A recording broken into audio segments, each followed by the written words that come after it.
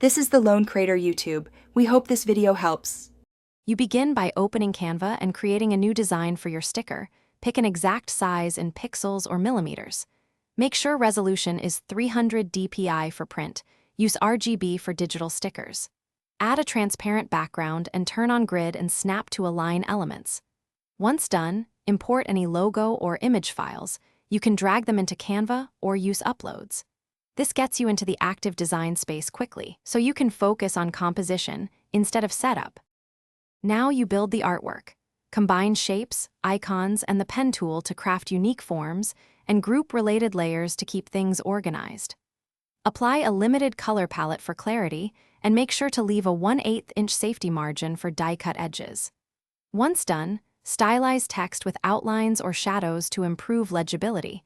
If you need crisp edges, convert text to shapes. Make sure to test scale by zooming to actual size. Details that look fine large can blur when small. Finish by exporting correctly. Choose PNG with transparent background for die-cut stickers or PDF print with CMYK and bleed if the printer requests it. Once done, add a 1/8 inch bleed and, when necessary, an outline cut path to guide the cutter. Make sure to test print at 100% scale on sticker paper so you can inspect color and edge crispness.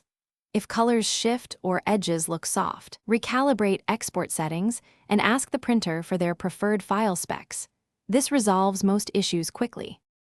Thanks for watching. Consider subscribing if we helped you.